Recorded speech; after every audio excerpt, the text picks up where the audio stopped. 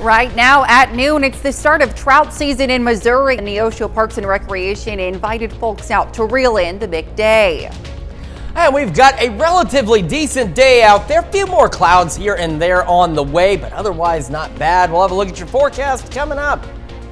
And high school students from around southeast Kansas gather at PSU's nursing school for some hands-on demonstrations. The 4 states' most watched news starts now. Authorities in Montgomery County, Kansas, file murder charges in connection with the death of a Coffeyville man. This is KOAM News at noon. I'm Elise Snowy. Michael McGinnis, Jr. of Liberty, Kansas, and William McGinnis of South Coffeyville, Oklahoma, are both now charged with first-degree murder. They were accused in the premeditated death of 39-year-old Raymond Burnett. Police found the victim with a gunshot wound at a Coffeyville, Kansas home on February 3rd. He later died at the hospital. If convicted, both men could face life imprisonment with no chance of parole for 50 years. Some Southwest Missouri firefighters have been busy this week with the elevated fire risk. East of Neosho, Missouri, a tire fire created a plume of smoke visible for many miles. This is at Used Tires Wholesale near the intersection of Highway 86 and Highway 60. The smoke began to fade around 5:30 p.m. last night. However, crews were still working late into the evening, hitting hot spots flaring up. There are no reports of injuries and no word on the cause of this fire. And a wildland fire in the Carthage area burned for hours before crew managed to finally get it out yesterday afternoon. It swept through about 60 acres of grassland and brush. Investigators think it started as a controlled fire that grew out of control. We have no reports of injuries and no buildings are damaged. And our fire risk will return as we head into the weekend. We already have some fire weather watches for Sunday across parts of southeastern Kansas. It's going to get very breezy this weekend. We'll talk about all that in detail here in just a moment. First, a look outside. MoDOT camera 32nd and range line. We've got sunshine. It's a little harder to see here, but we do have some clouds starting to roll in from the west out there, but these will be short-lived. And our camera, Cornell Complex, downtown Joplin, looking pretty good so far. Yesterday started at 27, so we were a little colder than where we should be, but we made it about 3 degrees above normal, so not bad, up to 57, not quite near records out there, which is good. And temperatures around the region already doing pretty decently. We've got mid-upper 40s across the region, even some 50-degree readings out there. And of course, Mother Nature always loves to throw curveballs at us, and the best way you can stay ahead of it when you're not near your TV or your favorite streaming device is download the KOAM Skywatch weather app. It is free. It's available in your app store of choice, and you can keep the forecast with you everywhere you go. So as I mentioned, not only is it going to get windier this weekend, it is going to get warmer. We've got some more rain chances on the way. We will take a complete look at your forecast here in just a few more minutes. Elise? All right, sounds good. Thanks, Chris. Today is the opening of trout season in Missouri, and Neosho Parks and Recreation kicked off this season this morning at Morse Park. Anglers were able to enjoy the first day of March by the water as they look to reel in some big catches. The Neosho Fire Department sounded off this siren this morning at 6:30 a.m. 5 years ago, we came up with a plan to try to have a trout season here in Neosho and utilize what we have here. We have 2.5 miles of Hickory Creek that runs through Neosho, and it is classified as a white ribbon stream. In other words, that the water stays cool enough for trout to live year-round. The Neosho Parks and Recreation also held a cookout at 10:30 a.m. The Carthage Humane Society has a new roof. It comes thanks to a fundraising effort between the community, Steadley Trust, and Ridgeline Roofing. The old roof had been damaged and was leaking, making the shelter unable to accept stray dogs from the city. Because of community support, Ridgeline Roofing offered to repair the roof free of charge, meaning the money raised could fix the structural damage from the leaks. We took today to say thank you to the community, to say thank you to Steadley Foundation, Ridgeline Roofing, and JR Western Wear for the incredible support that we've received. It is through community fundraising, through community donations that we exist. The Humane Society is at 13860 Dog Kennel Lane in Carthage. Well, it wasn't a dog, but the Freeman Learning Center had a special visitor. The Cat in the Hat showed up to help Freeman executives read 3 of their favorite Dr. Seuss classic stories to excited children. The fun extended to the staff at Freeman as well. More importantly, that we do want to interact with them, and also that reading is fun and you can do things with it that you may not do otherwise. A lot of times we kind of get complacent and everything's fed to us on a video stream or TikTok or something, but the imagination that gets spurned with a book, you just can't replace that. Freeman Health System and Ozarks Public Television teamed up for the event, which helps promote reading skills and develop the kids' love of learning. Fort Scott is home to a new art exhibit. The Chamber of Commerce today hosted an artist reception for the new Bourbon County Arts Council Fine Arts exhibit. All of the work comes from a local artist and is set up at the Ellis Fine Arts Center at Fort Scott Community College. We're from a rural area. I see a lot of animals. I see a lot of flowers and landscape, a lot of organic things. And I think it's just, you get a really sense of handmade, creative, working with your hands kind of aspect. So the inspiration, I would say, just kind of area. The exhibit will be open through March 9th, and you can check it out from noon to 7 p.m. every day. Still ahead, local high schoolers get a hands-on demonstration of Pitt State's nursing school. And later, we're making slow cooker chicken enchiladas in the Mr. Food Test Kitchen. High school students get a hands-on interactive experience at the PSU Irene Bradley School of Nursing. A record number of high schoolers from Pittsburgh, Arma, Girard, and many other Southeast Kansas schools got a deeper look into what the next stage of their education could look like. KOAM's Anthony Saviello has more. According to the National Library of Medicine, the current nursing shortage is only expected to intensify over the next decade. So for students attending the PSU School of Nursing, it's important to get the next generation of healthcare providers interested. I think it's really exciting. I mean, when we first were in the program last year, we didn't get the sim hospital, so we're kind of learning it with them, honestly. This is our first year with it. So that's been really neat, and it's exciting to see a bunch of new nurses coming because of the shortage. So.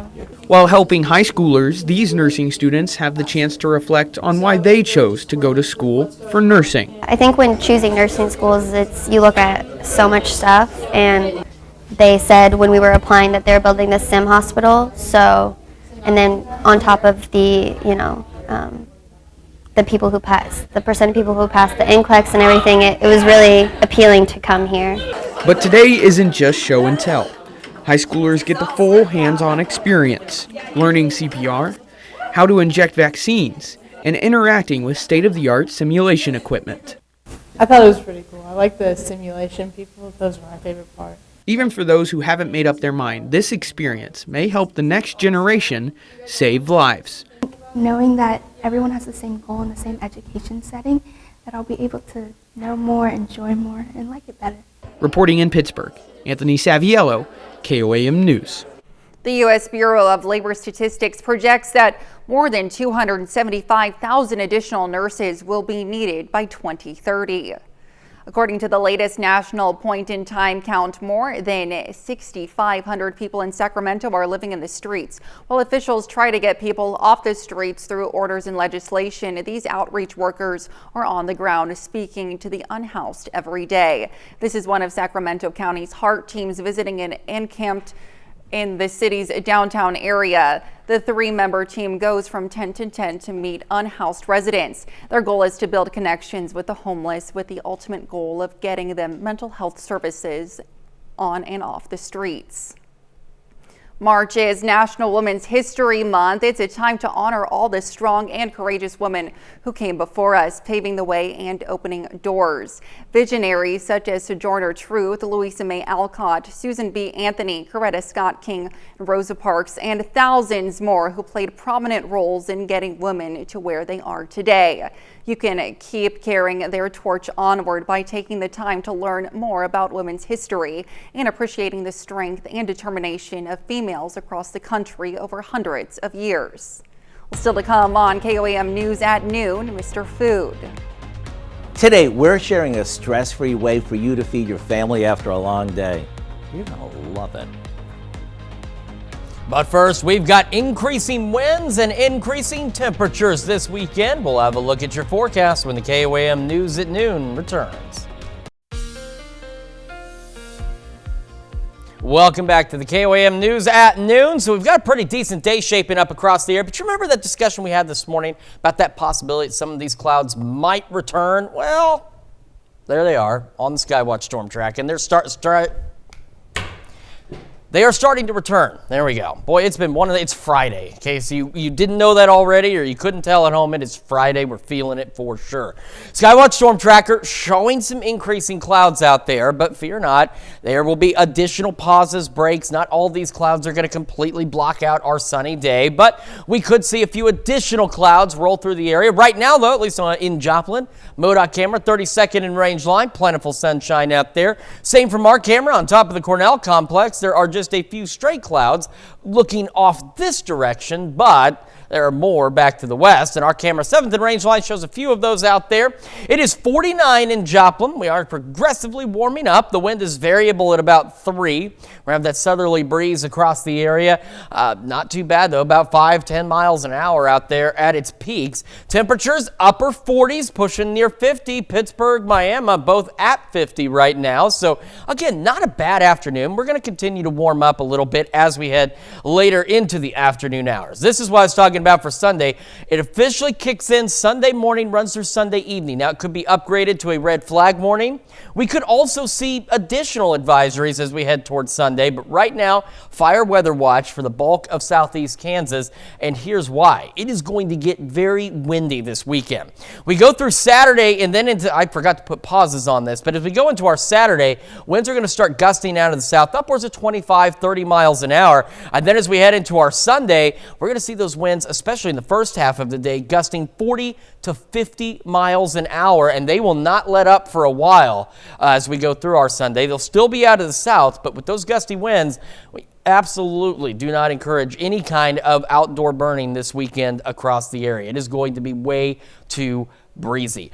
Outside of that, we're dry. We're relatively calm until we get into Monday. We'll talk about that in the extended. 56, the expected high today. Now, some of us getting into some of that cloud cover. It might be a little cooler, but not significantly so. And these temperatures are about where they should be. Again, that south breeze around 5 to 10 miles an hour. Heading into the evening, clearing skies, gonna look pretty good. It's still chilly, but this morning we were 10 degrees warmer than yesterday morning. Tomorrow morning we're gonna be 10 degrees warmer than this morning as we fall back into the low 40s out there. South breeze 5 to 10. And then as we mentioned, we head into Saturday. That's when we start to see those winds pick up a bit. Still out of the south, 10 to 15, gusting to 25.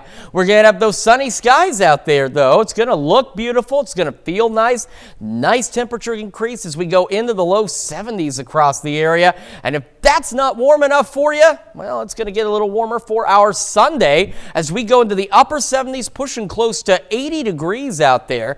Clouds will start to increase late Sunday, and we've got this storm system coming in. Now, this storm system, we've been talking about it for the last few days, but it's been slowing down. You may remember it was really only kind of showing up afternoon hours on Sunday, then it kind of moved into Sunday night, and then it was Monday morning. Now it's Monday afternoon. So it's not changed. It's still the thunderstorms, still the rain chances, still the cooler weather. It's just slowed down a bit, pushing it into Monday afternoon. So we get one more day in the mid 70s, and then after that rolls through, it doesn't punch us like that last one does, but we still get a little cooler, back into the 50s for the rest of next week. And at least some good news for those of us that are still in need of rain across the area. We've got more rain chances next week for Thursday, Friday, and Saturday. So we got a great weekend. Just watch out for that wind.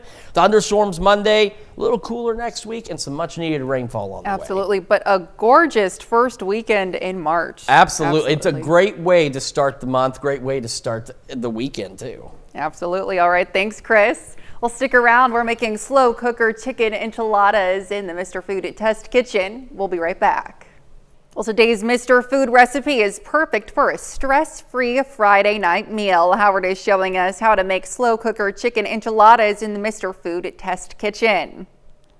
The last thing we want to do after a long day is worry about what to make for dinner. Although we have lots of easy and tasty options on our website, today I'm sharing a dish that's totally stress-free, thanks to a little help from our slow cooker. In the morning, all we have to do is combine some chicken breasts, a can of red enchilada sauce, a couple of bouillon cubes, a bit of cumin, and the zest of a lime. Then you set it on low and let it do its thing. Right before dinner, place a flour tortilla on a cutting board and top it with warmed refried beans and some of the cooked chicken that we shredded and mixed back into our flavor-packed sauce. Now we fold the tortilla envelope style and place it in a baking dish. Repeating this with the remaining tortillas. Once they're all stuffed, we pour the rest of the saucy chicken mixture over them and finish them off with some shredded cheddar cheese. Pop them in the oven just long enough for the cheese to melt, and they're done. This is definitely one of those meals that's perfect for a busy weeknight or on game day. To get the recipe for our slow cooker chicken enchiladas, simply visit our website. Let me tell you, these are amazing. I'm Howard with Kelly in the Mr. Food Test Kitchen, where today we found a stress-free, slow-cooked way for you to say, ooh, it's so good. You're loving them, aren't you?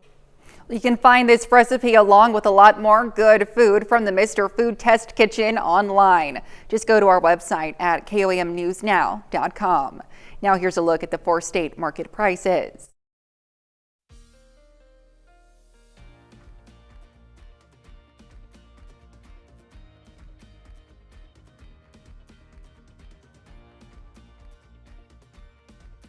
All right, looking pretty good today. Warmer tomorrow, breezier. We've got 40 to 50 mile an hour wind gusts on Sunday, so be aware of that. And some fire weather watches. We're going to go upper 70s, mid 70s Monday. Thunderstorm chances by the afternoon. The system coming in, it's going to drop our temperatures back into the 50s for the rest of next week. And we got some additional much needed rain chances next Thursday, Friday, and Saturday. So not a bad start to the month of March. No, not a bad start. We definitely need the rain. And I mean, you can't complain about those, high 70 days for the weekend. Oh, yeah. This is going to be a great weekend. Aside from the wind, it's going to be pretty darn good. Absolutely. And you know what? A little bit of a breeze. Not too much to complain about.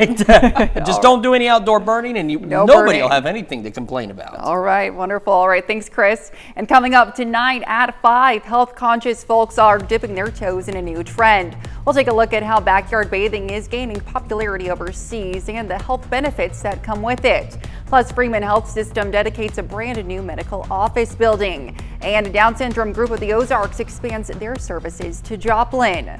Join us for those stories and a lot more on KOAM News at 5. Well, that's the news for now. Thank you for joining us on KOAM News at noon. Have a great rest of your day.